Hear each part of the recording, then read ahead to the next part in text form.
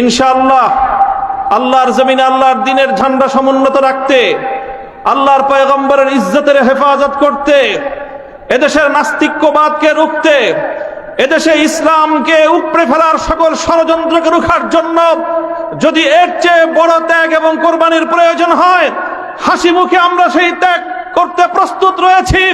জীবন দিতে হলে জীবন দিতে প্রস্তুত রয়েছি। সন্তানদেরকে যদি ইতিম করতে হয় সেজন্য আমরা প্রস্তুত রয়েছি। স্ত্রীদেরকে যদি বিধবা করতে হয় সেজন্য আমরা প্রস্তুত রয়েছি। মায়ের বুক যদি আমাদের খালি করতে হয়, আমাদের মায়েরা বুক খালি করে চোখের অশ্রুতে তাদের কলিজার টুকরা সন্তানদেরকে মাটির নিচে খোদার হাতে সুপর্দ করবে। কিন্তু ইসলামের জন্য, ইসলামের বিপক্ষ কোন শত্রুর সাথে এক মুহূর্তের জন্য আপোষ করতে প্রস্তুত নয়।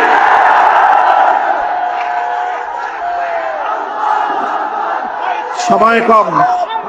আমি এ জাতির কাছ থেকে জিজ্ঞাসা করতে চাই, আগামী দিনে ইসলামের কথা বলার অপরাধে, আল্লাহর পয়গম্বরের ইজ্জতের পক্ষে কথা বলার অপরাধে শাপলা চত্বরের আমার ভাইয়ের রক্তে রঞ্জিত শাহাদাতের কথা বলতে গিয়ে হঠাৎ আমার যে সকল সন্তানদের বুকগুলোকে জালিমের বুলেটের আঘাতে ঝাঁঝরাতে হতে হয়েছে, ব্রাহ্মণবাড়িয়ায় যেভাবে পাখির মতো গুলি করে আমার সন্তানদেরকে শহীদ করা হয়েছে, সেই সন্তানদের পক্ষে কথা বলতে গিয়ে আমাদের কণ্ঠ যদি আবার চেপে ধরবার চেষ্টা করা হয়, তাহলে আপনারা রাজপথে তার মোকাবেলা করবার জন্য প্রস্তুত থাকবেন কিনা?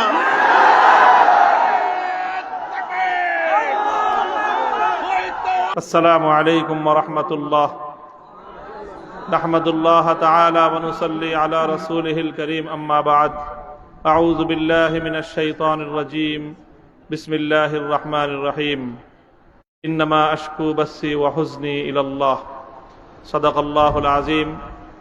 আমির হেফাজত, বাংলাদেশের আলেমকুল শিরোমণি, এদেশের 18 কোটি তৌহিদি জনতার আধ্যাত্মিক রাহবার শাইখুল ইসলাম আল্লামা শাহ মুহিব্বুল্লাহ বাবুনগরী হাফিজাহুল্লাহ তাআলার আয়োজনে আজ আমাদেরকে এই সম্মাননা প্রদানের উপলক্ষে আয়োজিত সমাবেশে উপস্থিত হযরত উলামায়ে কেরাম, প্রাণপ্রিয় তৌহিদি জনতা, হেফাজতে ইসলাম বাংলাদেশের স্থানীয় ও প্রত্যন্ত অঞ্চল থেকে আগত আমার প্রাণপ্রিয় নেতাকর্মী ভাইয়েরা, সংক্ষিপ্ত কয়েকটি কথা।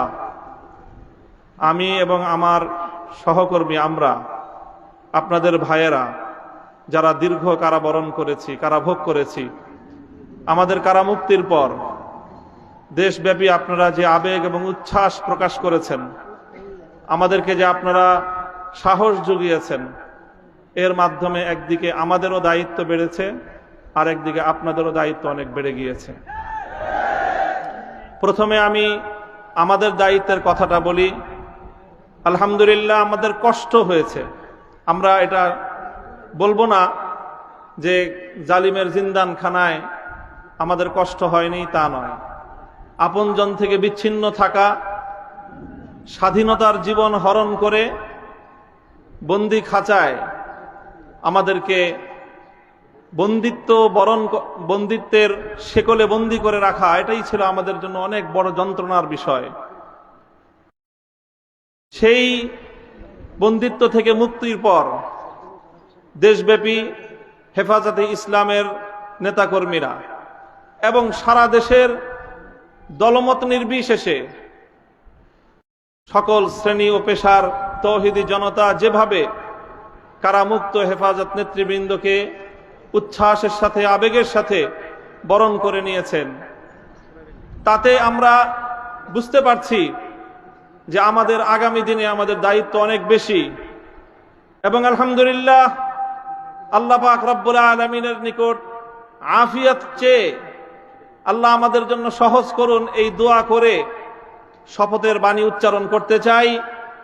আমাদের সকল কারাবন্দীদের পক্ষ থেকে আমি সে কথা উচ্চারণ করতে চাই, ইনশাআল্লাহ আল্লাহর জমিনে আল্লাহর দ্বীনের ঝান্ডা সমুন্নত রাখতে, আল্লাহর পয়গম্বরের ইজ্জতের হেফাজত করতে, এদেশের নাস্তিক্যবাদকে রুখতে, এদেশে ইসলামকে উপড়ে ফেলার সকল ষড়যন্ত্রকে রুখার জন্য যদি এর চেয়ে বড় ত্যাগ এবং কোরবানির প্রয়োজন হয়, হাসি মুখে আমরা সেই ত্যাগ করতে প্রস্তুত রয়েছি। জীবন দিতে হলে জীবন দিতে প্রস্তুত রয়েছি। সন্তানদেরকে যদি ইতিম করতে হয় সেজন্য আমরা প্রস্তুত রয়েছি। স্ত্রীদেরকে যদি বিধবা করতে হয় সেজন্য আমরা প্রস্তুত রয়েছি। মায়ের বুক যদি আমাদের খালি করতে হয়, আমাদের মায়েরা বুক খালি করে চোখের অশ্রুতে তাদের কলিজার টুকরা সন্তানদেরকে মাটির নিচে খোদার হাতে সুপর্দ করবে। কিন্তু ইসলামের জন্য, ইসলামের বিপক্ষ কোন শত্রুর সাথে এক মুহূর্তের জন্য আপোষ করতে প্রস্তুত নয়।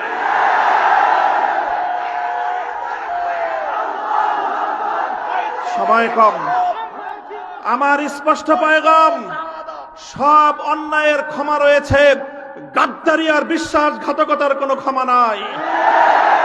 যারা গাদ্দার এবং বিশ্বাসঘাতক হিসেবে পরিচিত হবে, প্রমাণিত হবে, আগামী দিনে তাওহীদি জনতা তাদেরকে ঠাঁই দেবেন না ইনশাআল্লাহ।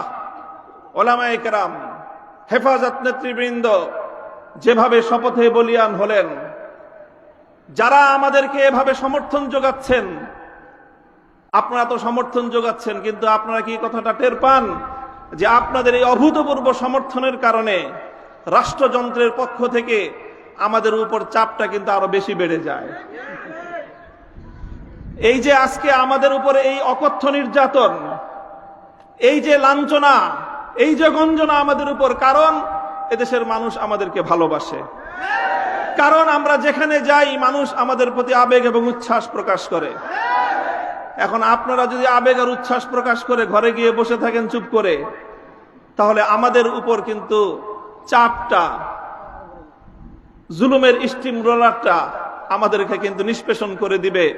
তখন আপনাদের আবেগ প্রকাশ করার কিন্তু আর কোনো জায়গা অবশিষ্ট থাকবে না। এই জন্য আমি আজ আমাদের আমির, এই জনপদের সকল আলেম ওলামার আমির, এই জনপদের কোটি কোটি তৌহিদি জনতার অবিসংবাদিত আধ্যাত্মিক রাহবার আল্লামা মুহিবুল্লাহ বাবুনগরীর এই মজমাকে সারা দেশের প্রতিনিধিত্বশীল মজমা হিসেবে গ্রহণ করে আমি এ জাতির কাছ থেকে জিজ্ঞাসা করতে চাই, আগামী দিনে ইসলামের কথা বলার অপরাধে, আল্লাহর পয়গম্বরের ইজ্জতের পক্ষে কথা বলার অপরাধে শাপলা চত্বরের আমার ভাইয়ের রক্তে রঞ্জিত শাহাদাতের কথা বলতে গিয়ে হঠাৎ আমার যে সকল সন্তানদের বুকগুলোকে জালিমের বুলেটের আঘাতে ঝাঁঝরাতে হতে হয়েছে, ব্রাহ্মণবাড়িয়ায় যেভাবে পাখির মতো গুলি করে আমার সন্তানদেরকে শহীদ করা হয়েছে, সেই সন্তানদের পক্ষে কথা বলতে গিয়ে আমাদের কণ্ঠ যদি আবার চেপে ধরবার চেষ্টা করা হয়, তাহলে আপনারা রাজপথে তার মোকাবেলা করবার জন্য প্রস্তুত থাকবেন কিনা?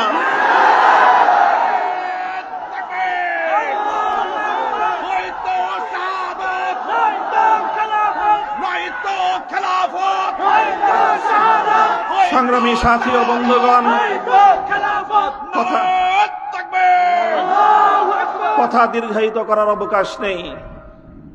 আমি আমার দীর্ঘ কারাবন্দিত্বের সময়ে আল্লাহ পাক রব্বুল আলামিনের রহমতের উপর আমার আস্থা, অবিচল বিশ্বাস ছিল যে আল্লাহ রব্বুল আলামিন নতিজা ভালো করবেন, উত্তম ফলাফল আমাদেরকে দিবেন, সে আস্থা এবং বিশ্বাস ছিল।